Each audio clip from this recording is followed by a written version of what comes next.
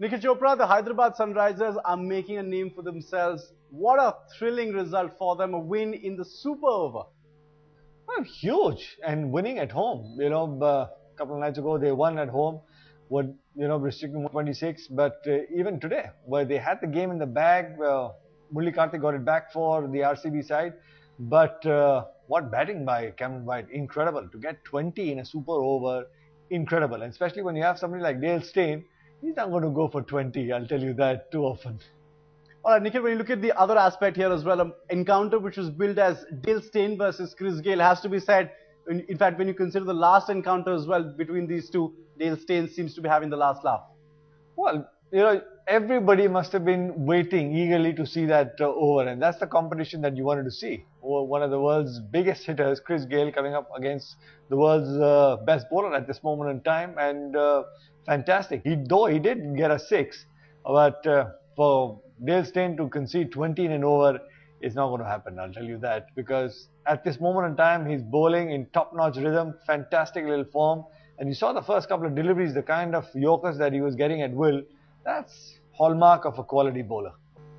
Well, when you talk about an 8-wicket win in a T20 encounter, I'll tell you what, one side, the losing side in this particular case, did very badly. Nikhil Chopra with us. Nikhil, I mean, it has to be said, when you lose by 8 wickets in an IPL encounter, you have played really badly. If you fail to put up 100 runs on the board, I mean, you're not going to ever win that match. Well, of course, and I guess the opening woes continue. You got to give credit where it's due. I guess the Punjab bowlers did bowl pretty well with the new ball, but Robin Uthappa and Pandey, I guess, struggling to get the new ball off the square. Losing regular wickets at regular intervals makes all the difference. But it's good to see. At least in the 5 seasons, Punjab couldn't get their first victory in their first game. This time around, they've changed their fortunes. In IPL season 6, they won their first encounter.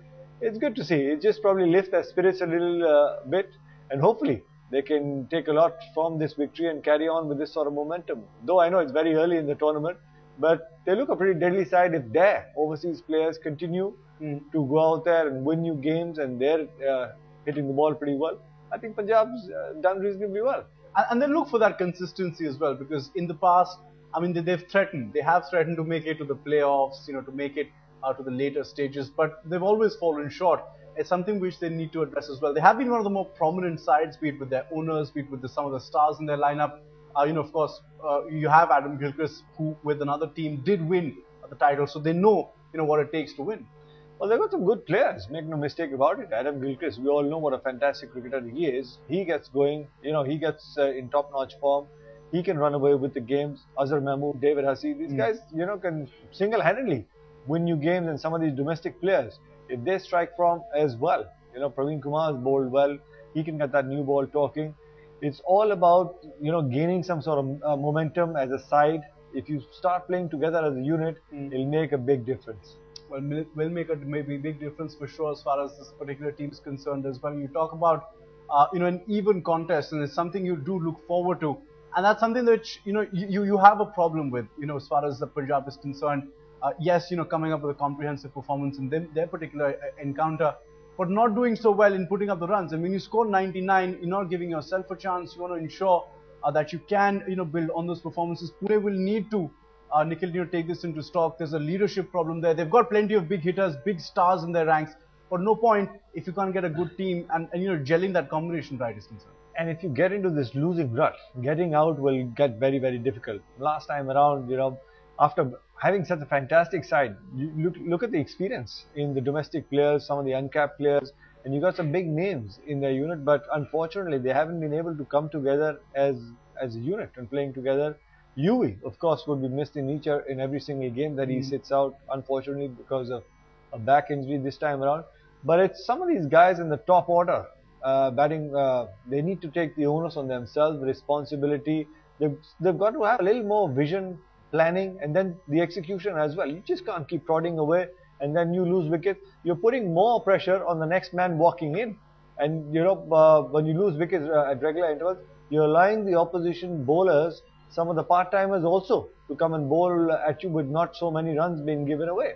So you've got to have a little more planning in place. I guess maybe too many cooks spoiling the broth. Maybe too many cooks spoiling the broth, most certainly. Also joining us on the show now is former India captain Saurav Ganguly. Dada, we're talking about the first encounter of the day, first up, the second match, of course, in the last few stages. Your reading of that first encounter, Punjab, yes, a comprehensive win for them. Pune all over the place, and you've said this in the past too. Time is running out for them. Yeah, they've struggled to be honest, and it's been a struggle. Where in consecutive two T20 games, you get all out once for 99 and once for 100. It doesn't speak good about it. So obviously they'll have to get themselves going very quickly. It's still early days in the tournament. Still 14 games left, but they'll have to pull their socks up. They need to address this problem quickly as well. When you look at that, this performance from the Punjab unit as well, a comprehensive win for them. Not often have they begun on a winning note. This time around, they've got off to a winning start. Their IPL campaign, they'll want to build on this.